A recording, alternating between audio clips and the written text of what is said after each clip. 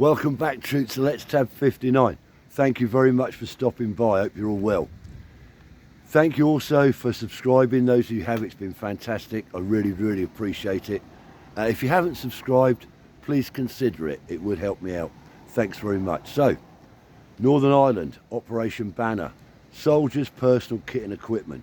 Just a quick one on this, just to see if it jogs a few memories. I've forgotten quite a bit, obviously. I'm talking about the early days, 70s, 80s maybe. What did we have? What sort of kit did we have back then? Well, it was a bit basic, as you know. Those of you who are out there anyway.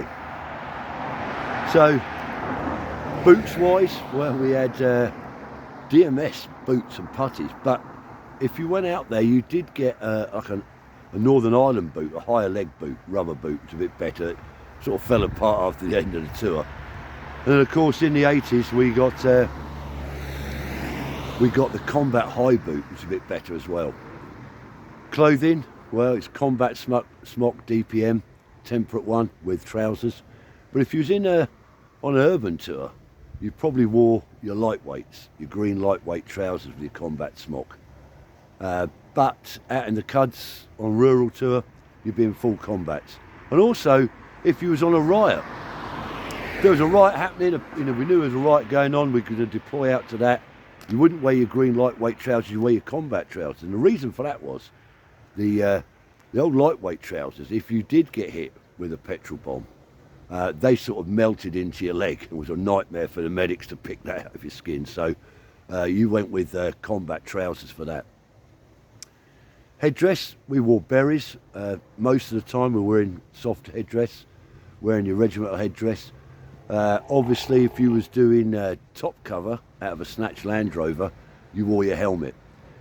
Now, we did have the old steel helmets early days with a visor attached, but what tended to happen was you got a Cromwell helmet, which was basically a motorcycle helmet, an open-faced motorcycle helmet had been painted green. I think mine was white underneath where the paint had chipped off, but it was a green helmet, again with a visor over the top. And certainly, like I say, the top cover guys in a Land Rover would wear those all the time.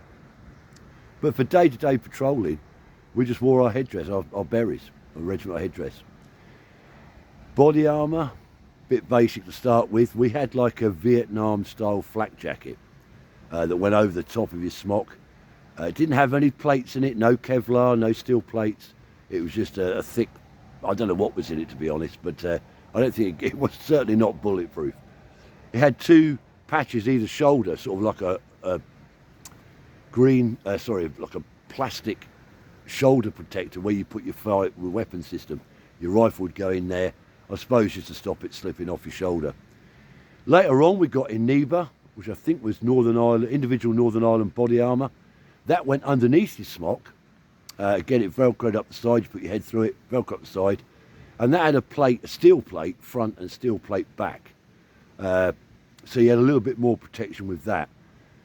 Problem was, if you're in urban situations, urban patrolling, where you was up against a brick wall on the streets or whatever, the plate would rub through on your combat jacket and little holes would start to form on the corners of where the plate was after a while.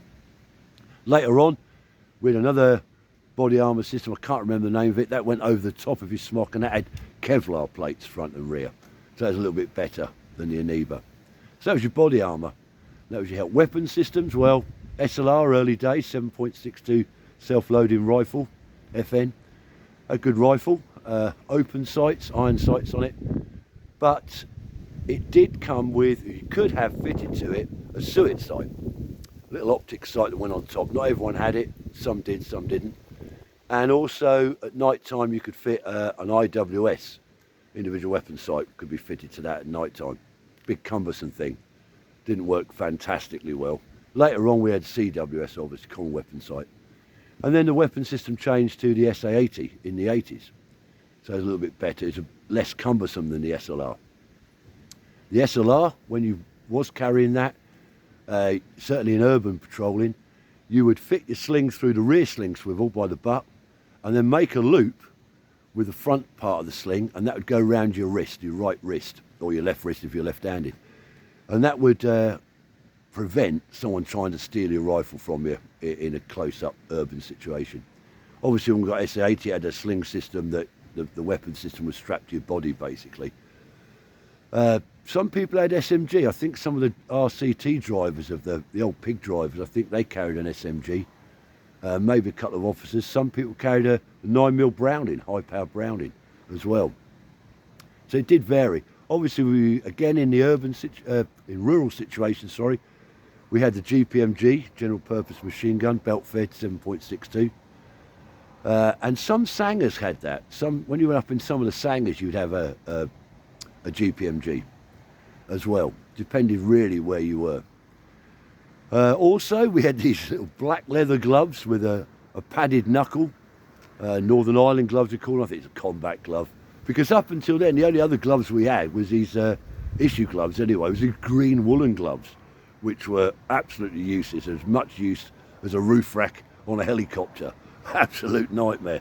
No good at all to anyone. But we did have these black leather gloves, Northern Ireland gloves, some people called it, combat glove, with a padded knuckle. They were quite good. So the kit was a bit basic in the early days, 70s. I'm sure there's any veterans out there that were right at the start of Operation Banner, 69 and the early 70s, up until 75, 76. They must have had some really, really, really rudimental kit.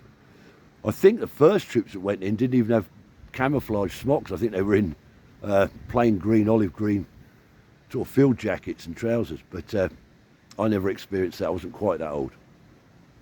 Anyway, they were just touching on some of the kit and equipment that we had. There's a lot more bits and pieces you could talk about. We carried baton guns or rubber bullet guns. We called it FRG, Federal Riot Gun. One bloke would carry one of those, just even on normal patrolling. But obviously on the riots, you had more baton gunners for the riot control. Can't really think of many other weapon systems that were out there that we had, but if anyone does remember anything, or any bits of kit that I've missed, or you want to mention any kit that I have mentioned, and give me a little comment about the kit, what you thought about it, etc., that'd be great. Anyway, troops, thanks again for tuning in. Till the next one. Let's tab.